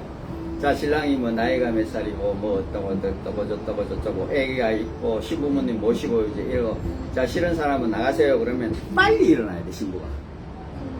이래 빨리 나가야 묻혀서 괜찮은데 자기가 뭐 하다가 한 2명 남았는데 일어나려고 그러잖아요. 그 다음 TV로 참 웃기는 거예요. 이게 참 저도 이 일을 하고 있지만 그래서 내가 업체 결혼을 하시는 신랑들한테 업체 결혼하면 그런 얘기 하잖아요. 사람들이 복불복이다. 업체 결혼을 하다 보면 그런 생각이 들 때가 많죠. 그리고 또 어떤 의미에서는 저는 본인한테도 그랬지만 본인은 그래도 굉장히 솔직한 편이에요. 차라리 처음부터 사장님 제가 그렇게 여유가 많아서 자금 능력이 없습니다 이러면 거기서 맞춰서 하면 돼요. 까놓고 얘기해서 뭐 내가 조금 덜 벌면 되는 거니까. 대신에 나는 뭐냐, 신부 집에는 제대로 대출하는 거죠. 그리고 어떤 친구들은 나보고 그래요. 뭐 좀 이런 말 하면 어떨지 모르지만 저는 전체 결혼을 하려고 할 때 파이가 있을 거 아니에요. 뭐 4천이면 4천, 3천이면 3천 그 파이가 있잖아요. 저희가 해놓은 게. 근데 이거를 업체 비용이 2천이 들어가면요, 자기가 쓸 수 있는 돈이 1,000만 원입니다. 근데 이게 똑같은 3천인데 이걸 업체 비용이 2천을 주면 자기가 쓸 수 있는 게 2천이잖아요. 그럼 똑같이 3천을 쓰더라도 이게 신부나 신부 가족들한테 내가 비춰지는 게 다르다는 얘기예요. 국제 결혼에서 남녀 사이에 첫 번째 만남에서 가장 걸림돌이 되고 신부가 사장님 저 사람하고 안 되겠어요 라고 하는 첫째 이유가 뭔지 아세요? 인색합니다. 인색. 얼굴이야 우리 회사는 특히나 뭐 얼굴 다 맞고 나이 몇 살인지 다 맞고 시급 다 맞으니까 그거 물으면 돼. 뭐 시부모님 모시고 사는 집까지도 다 얘기를 하니까 물으면 돼. 근데 그 사람의 성격이나 인색하거나 이런 것들은 안 드러나잖아요. 실제로 인색한 것 때문에 좋아하는 여성한테 깨진 남자도 있어요. 택시기사 하시는 분. 지금도 아직도 기억나는데 본인이 개인 택시기사예요. 근데 신부가 택시기사한테 한국 돈으로 한 1,000원? 1,000원 정도 팁, 1,000원이 안 될 거예요. 팁 줬다고. 그것 때문에 택시에서 안 내리고 택시기사한테 그 잔돈 받으려고 기다리다가 나중에 내가 신부한테 물어보니까 보통 베트남 신부들이 팁을 주기도 하지만 또 안 주는 경우도 많아요. 그런데 그 택시기사가 자기 아는 사람이래요. 시골에 이제 간다 보니까 이걸 여기처럼 우리나라처럼 이렇게 길거리에서 손들어가지고 택시를 잡는 게 아니잖아요. 보통 택시회사에 뭐 문자나 전화를 부른단 말이에요. 그러니까 내가 어느 이제 시골로 들어가니까 그 시골의 고향집에 있는 기사가 예전에 그건 누가 왜냐면 아까도 말했듯이 그 시골집을 잘 몰라요. 우리 기사도요.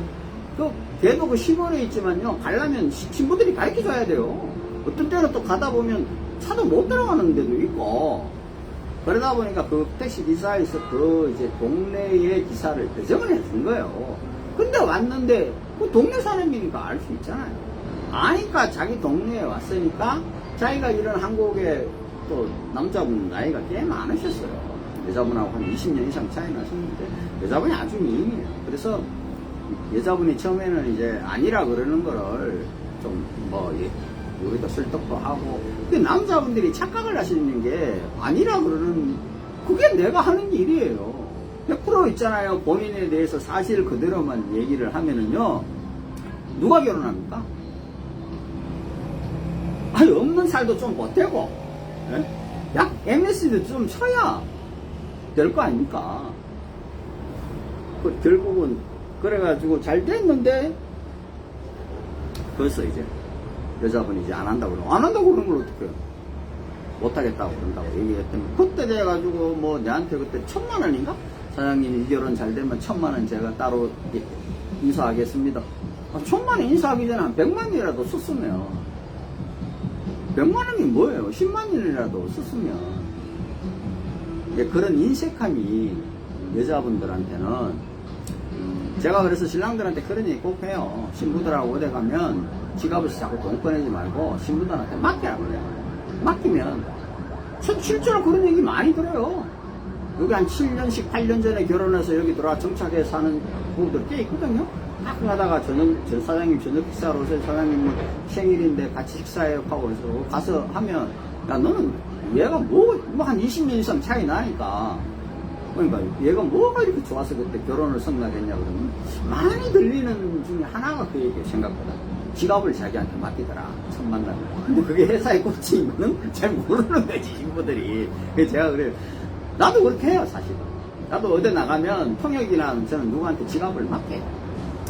왜냐하면 내가 저 사람을 얼마를 줘야 저 노동의 정당한 대가고, 그리고 시골에 가도 저 사람하고 이 집하고의 가족 관계라든가 뭐 이런 걸 모르잖아요. 모르는데 뭐 내가 또 그래서 그냥 맡기면 신부가 알아서 줘요. 알아서 주고 알아서 팁 주고 뭐라고. 뭐 여기는 뷔페 식당을 가도요, 뭐 어떤 뷔페 식당을 가면은 서빙을 해줘요. 고기도 옆에서 구워주고. 그럼 당연히 한 5만 동 줘야 되니까. 그러면 알아서 통역이 챙겨주라고 계산을 할 때 그냥 아예 지갑을 주죠. 그러면 알아서 계산을 해요. 그게 생각보다 여자들한테는 먹혀요. 왜냐면 여자 입장에서도 내가 이런 남자 만난다, 내가 만나는 남자가 이 정도의 급은 된다는 이제 그런 표시잖아요. 근데 그게 싫어가지고 막 어떤 친구들은 지갑을 이렇게 꺼내가 막, 또 모르는 친구들은 돈 쭉 펴가지고 이래가 이제 상인들 보고 빼가라 하다가 보면 나쁜 상인들은 또 안 맞게 빼가거든요. 그런 것들이 있으니까. 하여튼 앞으로 2년이 됐으니까 앞으로 뭐 2번 들어올지 한 번 들어올지는 모르겠지만 언제든지 편하게 물으시면 되고, 저는 본인이 하실 말씀 정확하게 얘기하는 게 좋아요. 그럼 나도 정확하게 그에 대한 답변을 하면 되는 거니까. 근데 그게 아니라 뭐, 참 그 얘기 하셨죠. 간단하게 끝에 한 5분 동안 하시죠. 인터넷에 저한테 돌아다니는 나쁜 말들 많이 보셨다면요? 네. 근데 왜 왔어요? 오래 보기도 했고요. 비교도 했어요. 실제로 비교도 해보고 네. 이제 이게 사장님에 대한 안 좋은 얘기 있으면 거기에 또 댓글이 달려요. 네. 근데 봤는데 네. 그건 아니다, 사실이 아니다 얘기하는 분도 있어요 실제로. 아, 그래요? 네. 근데 그 밑에 보면 근데 사장님이 얘기하는 거보다 돈을 조금은 더 쓰기는 한다 이렇게는 네. 얘기해요. 네. 그거는 뭐 제가 얘기를 해보니까 사장님이랑 얘기해서 사장님 이거보다는 좀 더 쓰는 게 좋다라고 얘기를 하니까 예. 설득이 되는 부분도 있는 거고. 예. 뭐 저한테 더 준 건 아니잖아요. 네, 사장님한테 더 드리는 건 없어요. 아니 지금 신부한테 그러니까 쉽게 말하면 그런 게 이런 거예요. 어떤 신랑들은 얼마 전에 온 신랑도 저한테 그런 얘기 하더라고요. 여기서 방송에서도 그런 얘기 했는데 왜 그런 소문들이 퍼지냐면, 한때는 우리 회사의 신부를 만나면 새 아이폰을 다 사줘야 된다고, 2년자가 사줘야 된다고, 준다고 광고를 하더라 막 이렇게 얘기를 해요. 그래서 내가 그랬어요. 그 광고 어디 있냐? 저는 아이폰 못 사주겠어요. 차라리 저는 중고폰이, 왜냐하면 신부들이 쓰는 이제 핸드폰들이 중국 이제 뭐 오프라든가 싼 휴대폰들이 많아요. 그럼 지금은 이제 삼성폰도 꽤 있는데 아이폰 쓰는 신부도 물론 있죠. 그럼 걔들은 그걸 월급을 몇 달을 모아서 쓰는 거잖아요. 근데 저는 그런 얘기해요. 야, 나도 아이폰 안 쓴다. 나도 신형 핸드폰 뭐 바꿔봐야 1년에 한 번 쓰지만, 근데 비싸다. 그걸 왜 사주냐? 내가 사주라는 게 아니라 신랑들이 사주는 거예요. 뭐 생일이 됐다, 뭐 어째 됐다 하면서 사주는 거예요. 근데 그걸 사주면서 자기만 입 닫으면 되는데, 자기 입 닫는다고 되나요? 신발 그걸 막 페이스북에다 하나 우리 오빠한테 이런 거 받았어 하면서 막 올려. 그럼 다른 신부들도 또 얘기를 하잖아요. 나는 아이폰을 못 사주게 합니다. 차라리 요즘은 이제 그런 것도 아예 이제 안 하지만, 예전에는 저희 그 결혼시킨 분 중에 중고폰 장사하는 사람이 있어요. 내가 그 사람들한테 중고폰을 보내주라고 그래요. 한 20, 30만 원대 주고, 아니면 뭐 집에 공기 올라다니면 그거 들고 와서 주고, 쓰다가 신부는 한국에 들어가서 그때 뭐 아이폰을 사주던 뭘 사주던 하면 되는 거지. 그리고 그 아이폰을 사준다고 해서 그게 회사에 사주는 거 아니잖아요. 첫 번째 그런 거. 두 번째는 그 사람도 그런 얘기 했지만, 본인은 뭐 그런 정도 안 되는 지 모르겠는데 가니까 냉장고를 보니까 20년, 30년 전에 쓰던 냉장고가 이거예요. 그래서 냉장고를 하나 바꿔주고 싶다. 그러면 바꿔줄 수 있다. 근데 그거는 다 끝나고 네가 해주는 게 아니지. 지금 나한테 이걸 해주고 싶다, 저걸 해주고 싶다. 그런 신랑들이 그런 거예요. 자기가, 왜냐? 안 해주는 것보다는 해주는 게 낫잖아요. 그리고 또 어떤 신랑은 그런 말도 해요. 사장님, 저는 처가에 가서 보니까 나중에 결혼식 때 와서 제가 집에서 한 4, 5일 정도 머물다가 호텔 안 쓰고 호텔에 쓰면 또 호텔 쓰는 거 돈 내야 되잖아요. 뭐. 그러니까 차라리 그 호텔비 그냥 처가에 주고 처가에서 처가 식구들하고 한 4, 5일 정도 지내다. 내가 그런 얘기해요. 제일 첫 번째 덥다. 그 다음에 짜증난다. 음식도 안 맞을 수 있다. 눈깔이 한다. 그래도 네가 그럴 마음이 있냐? 그래도 저는 좀 힘들어도 그렇게 하면 해보고 싶습니다. 그러면 해야죠. 근데 하는데 내가 그래. 그러면은 네가 지낼 방에 내가 아가씨한테 지낼 방은 있어야 될 거 아니에요? 그럼 묻죠. 신랑이 와서 이렇게 하고 싶다는데 지낼 방이 있냐? 그러면 뭐 부모님 방 내주시려고 하는데 그런 건 안 되고 이 방에 어떻게 방이 하나 있냐면 내 방에 있는데 에어컨이 없다. 그러면 차라리 그럼 여기에 에어컨을 하나 다는 게 어떻겠냐? 그러고 나서 네가 나중에 처가에 가더라도 그 방에 자면 되는 거니까. 그래서 에어컨 사주는 신랑이 있고 또 어떤 신랑은 막상 가서 보니까 그 신랑은 나는 아직도 기억이 나는데 지금도 아주 잘 살아요. 그 집이 진짜 너무 가난했어요. 이 바닥이 흙바닥이야. 우리가 보통 집 안에 들어가도 흙은 아니거든. 하다못해 이렇게 벽돌에도 깔려있고 타일에도 깔려있는 그 집은 다 흙바닥이야. 이게 강옆이야 또 그 집. 그러니까 이게 만조가 되고 이게 나는 그런 거 잘 모르는데 보름달이 차고 하면 이제 물이 올라오잖아. 호치민도 그렇거든. 어떨 때는 건터도 가면은 농담이 아니라 시내에 비도 안 오는데 시내에 배 타고 다녀야 될 때가 있어. 그만큼 물이 이제 막 역류를 하는 거지.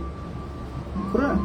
그러니까 이걸 발을 어디 나올 데가 없어. 그러니까 그 집에 가니까 모든 식기, 테레비, 침대, 냉장고가 다 밑에 선반이 이만큼씩 높은 거야. 그 위에 올라가니 그 이유가 그건 거야.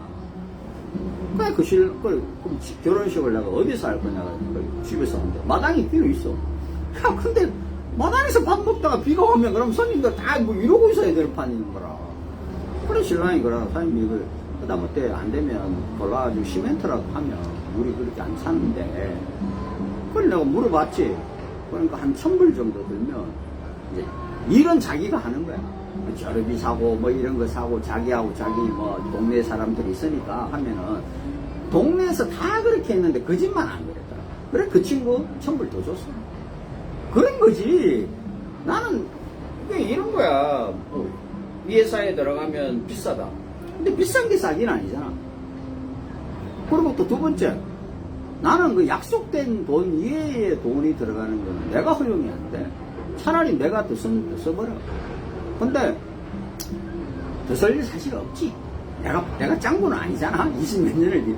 그런데 아까도 얘기했다시피 거기에 더 쓴다고 들리는 댓글들은 대부분 보면 신랑이 쓰는 거고 신랑이 신부한테 쓰는 거고. 그리고 또 하나는 항상 그런 얘기를 해. 나에 대해서 안 좋은 댓글들을 달고 이런 사람들 입장은 딱 하나야. 그 사람들이 다 내 경쟁자야. 한국에 있는 업체들은 자기는 이렇게 못하잖아. 화상통화를 하고 카톡으로 교제하고 이걸 못해. 내가 그 사람도 그러더라고. 그 사람들은 그걸 안 하는데 이게 안 좋대. 그 사람들을 얘기해. 근데 요즘에 카톡 교제도 영상 통화도 많이 하지. 많이 생겼어요. 맞아. 많이 생겼고 오히려 오자마자 하는 거는 잘 안 해요.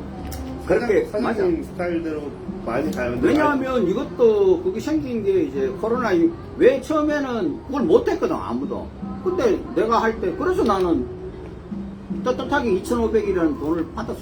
그런데 딱 봐도 손님이 미어 터졌으니까. 근데 이제 이렇게 생기니까 나도 짱구 바보는 아니잖아. 그리고 또 돈도 돈이지만 이제 내가 안 하면 뭐해 여기서. 여기서는 할 일 없잖아. 하루 종일 이러고 커피 마시니까 일이야. 그게 사람이 사는 게 아니잖아. 그래서 과감히 낮춘 거고. 그리고 또 하나는 뭐냐면 그 사람들 입장에서는 내가 한국에 그 사람들 입장이야. 한국에 사무실도 없지. 나가는 돈도 없잖아. 근데 손님은 많아. 근데 보니까 이게 허가가 없어. 그러니까 나도 최근에 들었는데 내가 협회에 가면 자료가 내 자료를 쓴대. 내가 아주 이 베트남 결혼에서는 아주 이제 나쁜 악도업체로 이제 자료를 쓴대. 그게 이제 그럼 내가 뭐가 나쁘다고 그러냐? 그럼 내가 이제 불법 모업업체라고. 그럼 내가 딱 그 말하거든. 당신은 베트남에서 뭐 라이센스 있냐고. 당신도 없지 않냐고. 나는 한국에 사무실이 없으니까. 그리고 내가 한국에 사무실이 있습니다. 허가 업체입니다. 라고 하면 내가 나쁜 놈이지. 그럼 거짓말을. 그러니까 나는 자네한테도 그렇지만 내 모든 거래 저는 한국에 사무실이 없습니다. 내가 한국에 사무실이 없으니까 싸게 받고 3번에서 4번, 심하게는 5번까지 돈을 나눠서 내라. 누가 그렇게 내? 그렇게 안 내. 그리고 또 그래.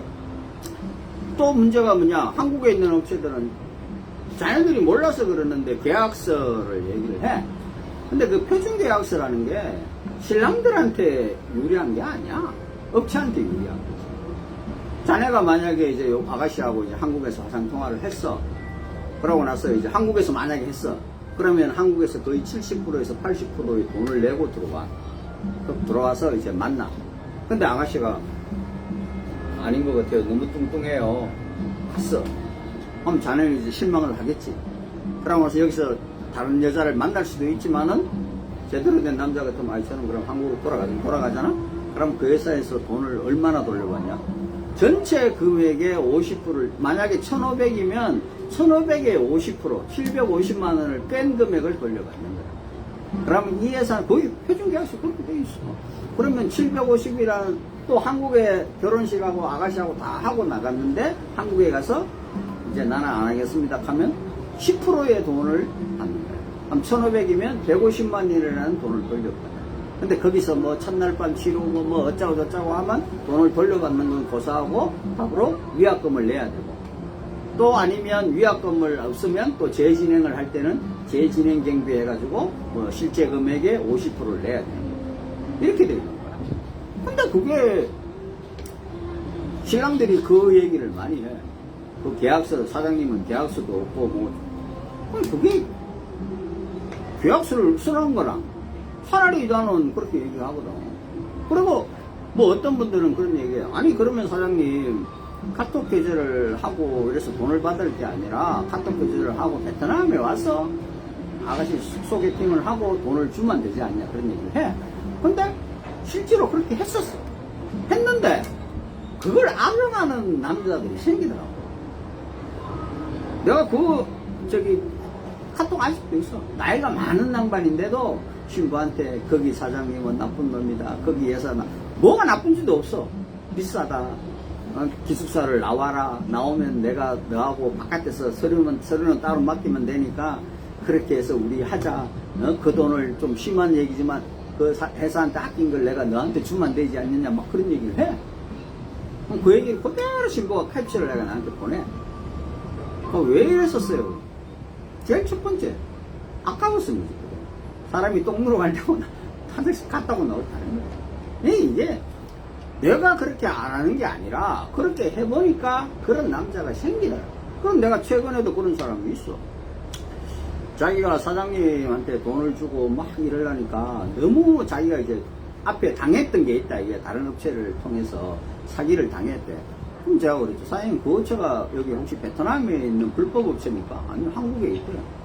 근데 사장님 한국에 등록된 업체에서도 사기를 당해가지고 있는데 아무것도 못 하셨는데 왜 저한테 그러십니까? 그러니까 나는 더 못 믿겠다 이거지. 인터넷에 돌아다니는 이야기도 있고. 근데 그러시면 사장님 차라리 입금을 우리 신랑한테 해라. 근데 만약에 이제 자네 같으면 자네한테 내가 부탁을 하겠지.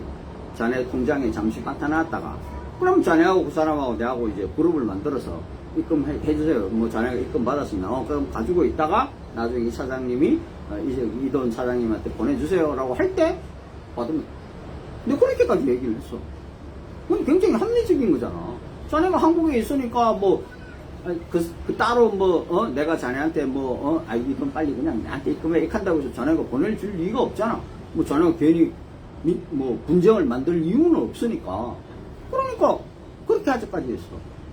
왜 그렇게 하는 이유들은 다 그런 일들이 생기니까 그래요. 내가 자네한테 왜 신부한테 용돈도 그냥 보내라, 저거 신부집 옛날에 그 용돈이라는 말을 내가 안 쓰기 시작할 때 오래 난 생활비라고. 용돈이 아니야.